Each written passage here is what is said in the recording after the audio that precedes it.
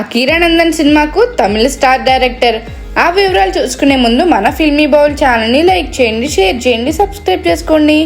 Hello movie lovers. జనసేనాని power star Pawan Kalyan తనయుడు అకీరా నందన్ టాలీవుడ్ ఎంట్రీపై చాలా కాలంగా చర్చలు జరుగుతున్నాయి. అయితే ఈ వార్తలు బలంగా వినిపిస్తున్నా కూడా ఇంకా అధికారంగా ఎలాంటి ప్రకటన రాలేదు. అయితే తాజాగా ఈ చిత్రానికి సంబంధించిన ఆసక్తికరమైన సమాచారం బయటకు వచ్చింది. అకీరా నందన్ మొదటి సినిమాకు దర్శకుడు ఎవరో తెలిసిపోయింది. ఇంతకీ ఆయన ఎవరు? పూర్తి వివరాలు ఇప్పుడు మనం తెలుసుకుందాం.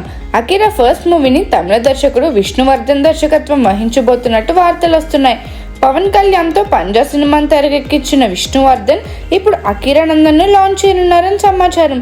అయితే పవన్ కళ్యాణ్ పంజా సినిమా పెద్దగా విజయం సాధించలేదు. ఈ క్రమంలో పవన్ కళ్యాణ్ తన కొడుకు మొదటి సినిమా తనతో ఫ్లాప్ సినిమా తీసిన దర్శకుడి చేతిలో పడుతున్నారేమిటి అని ఎంతో మంది సందేహం వ్యక్తం చేస్తున్నారు.